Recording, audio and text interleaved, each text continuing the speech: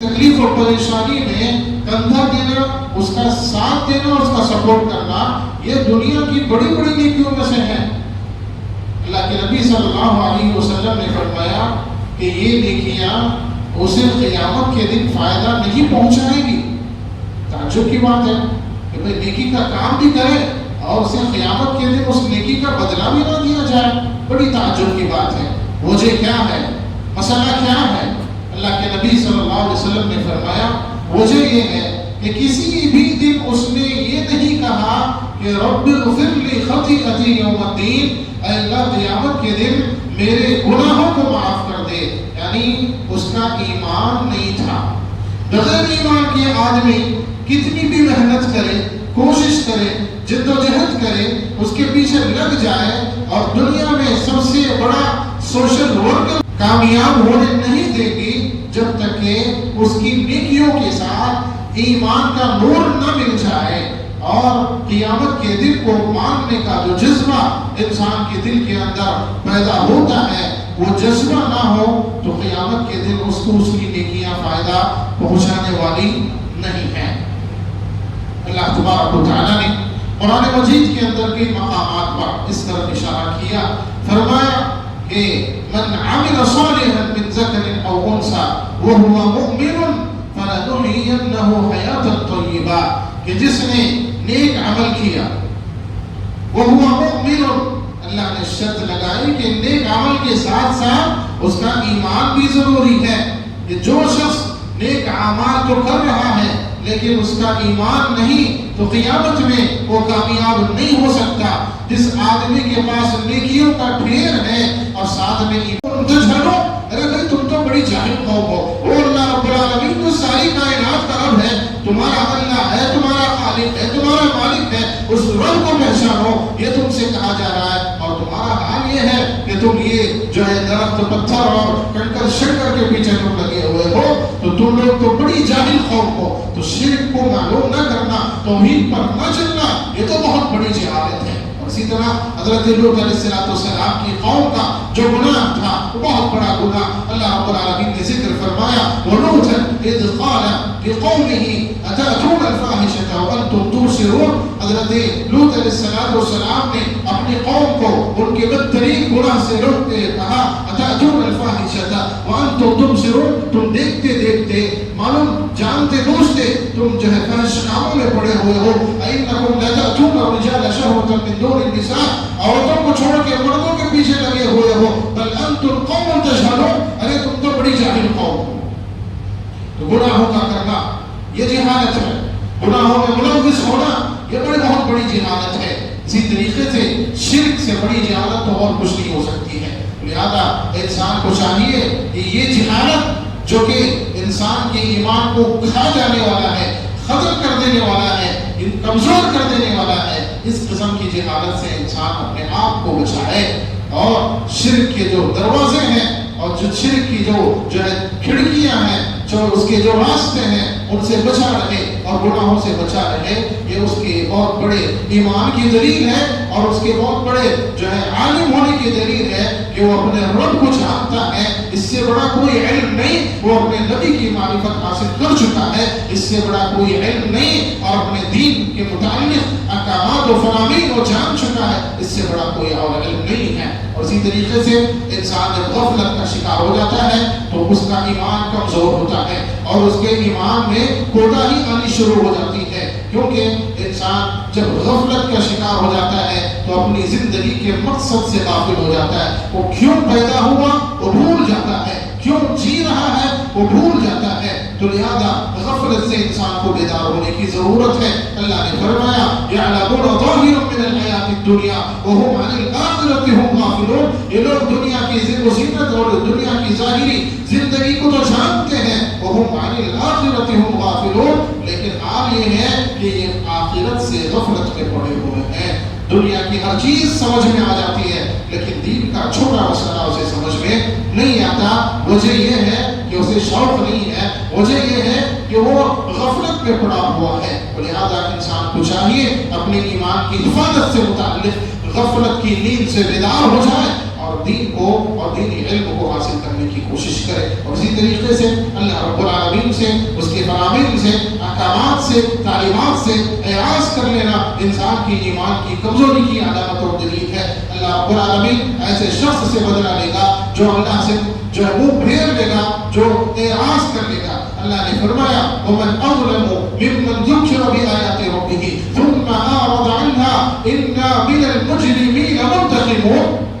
کہ جو شخص، اس شخص سے بڑا ظالم کون ہے جس کے سامنے اس کے رب کی آیتیں پڑھ کے سنائی جائیں، اس کے رب کی نشانیوں کا ذکر کیا جائے، ثُمَّ أَعْرَضَ عَنْهَا، پھر وہ اس سے اعراض کر لے، منہ پھیر لے، پیٹ پھیر کے بھاگ جائے، گویا کہ اسے اس چیز سے کوئی تعلق ہی نہیں ہے، اس کی ضرورت نہیں ہے. اللہ نے فرمایا اِنَّا مِنَ الْمُجْرِمِينَ مُنْتَقِمُونَ. ایسے مجرموں سے، ایسے گنہگاروں سے، ایسے ظالموں سے ہم بدلہ لیں گے. اور اسی طرح فرمایا وَمَنْ أَعْرَضَ عَنْ ذِكْرِي فَإِنَّ لَهُ مَعِيشَةً ضَنكًا وَنَحْشُرُهُ يَوْمَ الْقِيَامَةِ أَعْمَىٰ. اللہ نے فرمایا کہ جو شخص میرے یاد سے، میرے ذکر سے اعراض کر لیتا ہے، فَإِنَّ لَهُ مَعِيشَةً ضَنكًا، اس کی زندگی اندھا دھند کی زندگی ہوگی. ایک اندھا آدمی اگر اسے راستہ معلوم نہیں، کوئی بتانے والا نہیں، کوئی جو ہے اسے پریکٹس نہیں ہے، راستے میں چھوڑ دو تو ادھر گرا ادھر پڑا اور ادھر چل رہا ہے ادھر چل رہا ہے، اسے سمجھ میں نہیں آ رہا ہے. ایسے اندھا دھندی کی زندگی ہوگی. آج کتنے احباب و افراد کی زندگیاں ایسی ہیں، اسے پتہ ہی نہیں کہ وہ کیوں جی رہا ہے، اسے پتہ ہی نہیں ہے کہ جو ہے اس کی زندگی کیسے چل رہی ہے، اسے کوئی پلاننگ بھی نہیں ہے کہ وہ کیسے جینے والا ہے، کچھ فکر نہیں ہے. بس اس آدمی کا معاملہ اس اندھے شخص کا ہے جسے کچھ بھی معلوم نہیں ہے. اللہ ایسی ہی زندگی بنا دیتا ہے جو اللہ کی یاد سے غافل ہو جاتے ہیں. وَنَحْشُرُهُ يَوْمَ الْقِيَامَةِ أَعْمَىٰ. قیامت کے دن بھی اللہ تعالیٰ ایسے لوگوں کو اندھا بنا کے اٹھائے گا، پوچھے گا کہ رب لِمَ حَشَرْتَنِي أَعْمَىٰ وَقَدْ كُنتُ بَصِيرًا.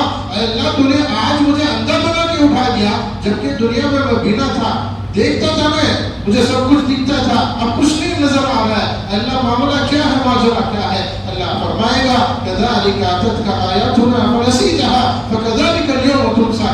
ایسے ہی تیرے پاس میری آیتیں آئیں، نشانیاں آئیں، نبی آئے، پیغمبر آئے اور اللہ کے والے آئے، سنائے، سمجھائے، سمجھتا نہیں تھا نا، تو فَكَذَلِكَ الْيَوْمَ تُنسَىٰ. اسی طرح آج تجھے بھی بلا دیا جائے گا، جا تیری زندگی ایسی ہی ہے. تو ایسا اعراض جو انسان کی ایمان کو کمزور کر دیتا ہے، انسان کو ایسے جو ہے چیز سے بچنے کی ضرورت ہے. اور اسی طرح نسیان، بھول، وہ بھول جو انسان چاہ کر کے نہیں کرتا، اللہ معاف کر دیتا ہے. ربنا لا تؤاخذنا ان نسینا او اخطانا. اے اللہ ہم نے غلطی میں اور بھول میں جو کچھ کر دیا ہے، اللہ تو معاف کر دے، اللہ معاف کر دے گا. لیکن کچھ لوگوں کی بھول کا حال یہ ہے کہ وہ جانتے بوجھتے بھول کا بہانہ بناتے ہیں. اللہ رب العالمین نے ایسے لوگوں کے بارے میں فرمایا وَلَا تَكُونُوا كَالَّذِينَ نَسُوا اللَّهَ فَأَنسَاهُمْ أَنفُسَهُمْ. تم ان لوگوں کی طرح نہ ہو جانا کہ فَأَنسَاهُمْ نَسُوا اللَّهَ، کہ وہ اللہ کو بھول گئے.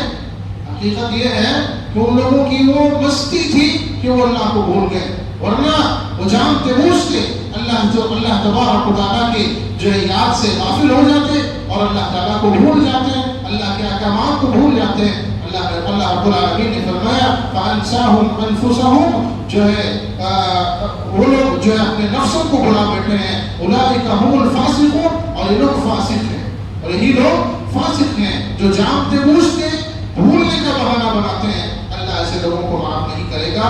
اور ایسا اعراض اور جو ہے ایسا نسیان انسان کی ایمان کو کمزور کرنے کا ذریعہ ہے. اسی طرح جو ہے تمام قسم کے گناہ، یہ کچھ چیزیں ہیں جس کی فہرست گنائی گئی. اس کے علاوہ ہر چھوٹا گناہ انسان کی ایمان پر حملہ آور ہوتا ہے، انسان کی ایمان کو کمزور کرتا ہے. جس طریقے سے چھوٹی سے چھوٹی نیکی انسان کے ایمان کو بڑھاتی ہے، مضبوط کرتی ہے، طاقت دیتی ہے اور مضبوط بناتی ہے، ویسے ہی ہر چھوٹا گناہ انسان کی ایمان کے لیے نقصان دہ ہے، ضرر رساں ہے، اس کو کمزور کرنے والا ہے. اس کا مطلب یہ بھی نہیں ہے کہ انسان گناہوں سے پاک ہو کے رہ سکتا ہے. اللہ کے نبی صلی اللہ علیہ وسلم نے فرمایا کل بنی آدم خطا، ہر آدم کا بیٹا خطا کار ہے، گنہگار ہے.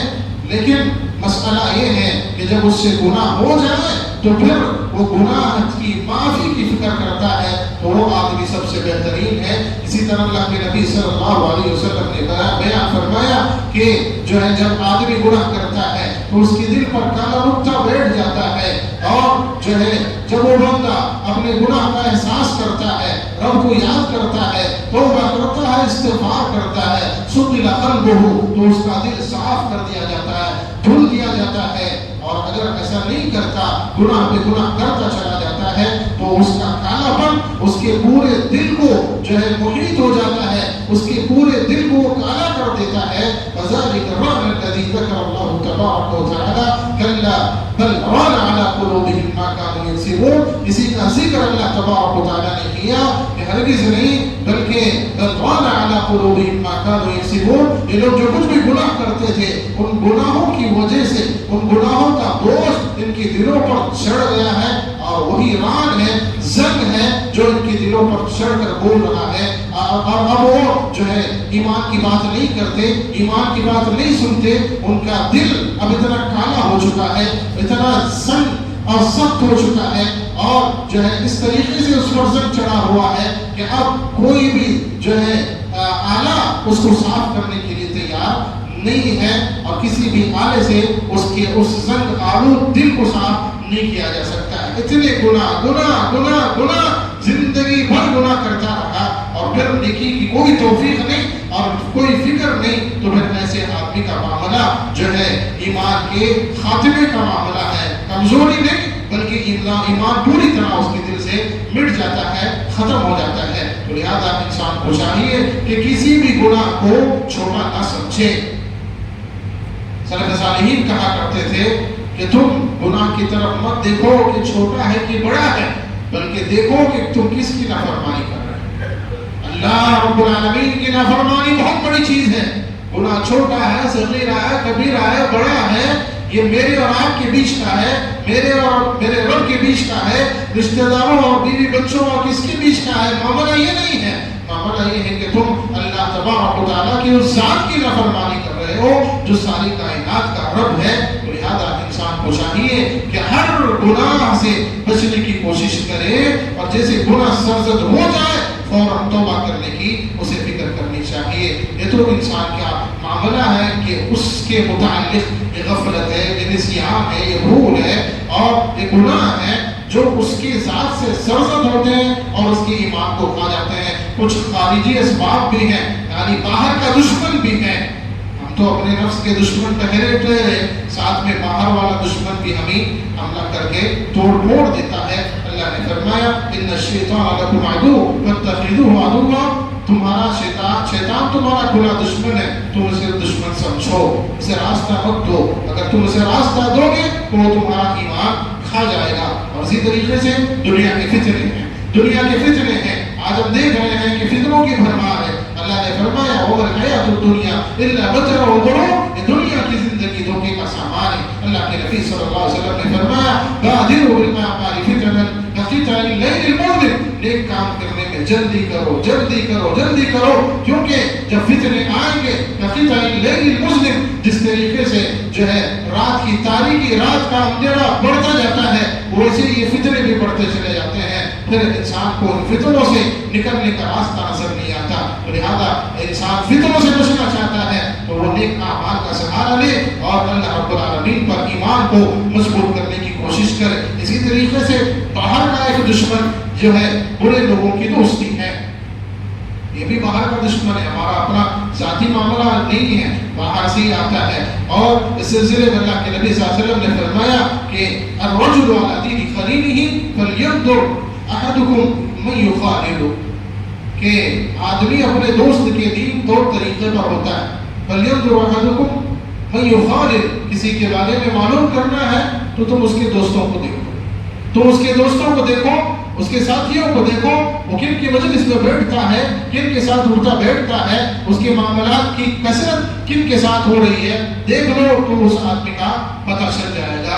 اللہ کے نبی صلی اللہ علیہ وسلم نے بیان فرمایا ہے. تو لہذا انسان کو چاہیے کہ اپنے آپ سے لڑے، اپنے اندر موجود جو ہے وہ اسباب جو اس کی ایمان کو کمزور کرنے والے ہیں اس سے بھی لڑے، اور ساتھ میں یہ باہر سے آنے والے اس کی ایمان کو کھانے والے جو دشمن ہیں، چاہے وہ شیطان ہو، چاہے وہ دنیا کے فتنے ہوں، چاہے وہ بری دوستی کا معاملہ ہو، انسان جو ہے ان سے بچ کر کے اپنے ایمان کی حفاظت کرے، اور یہی ایمان ہے جو انسان کی نیکیوں کو جو ہے کامیابی کی طرف آگے بڑھا سکتا ہے، ورنہ صرف آدمی نیکی کرتا جائے لیکن ایمان نہ ہو تو پھر وہ نیکیاں اسے کل قیامت کے دن ذرا برابر بھی فائدہ پہنچانے والی نہیں ہے۔ اللہ رب العالمین سے دعا ہے اللہ تعالیٰ کہیں اس لیے باتوں پر مجھے اور آپ کو عمل کرنے کی توفیق عطا فرمائے۔ اللہ رب العالمین ایمان جو کہ انسان کی زندگی کے لیے بہت ہی اہم ترین چیز ہے،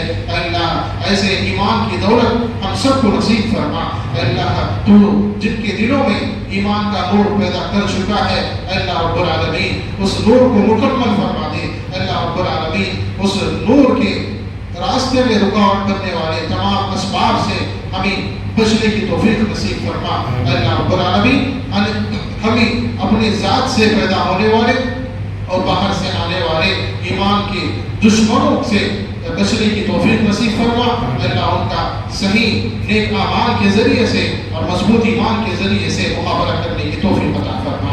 آمین۔ وآخر دعوانا الحمدللہ رب العالمین۔ محترم حضرات، آخر میں ایک چھوٹی سی گزارش آپ کے سامنے رکھ کر کے بات ختم کروں گا۔ مسئلہ یہ ہے کہ ہماری جو اپنی مسجد ہے، اس مسجد کا تعمیری کام چل رہا ہے۔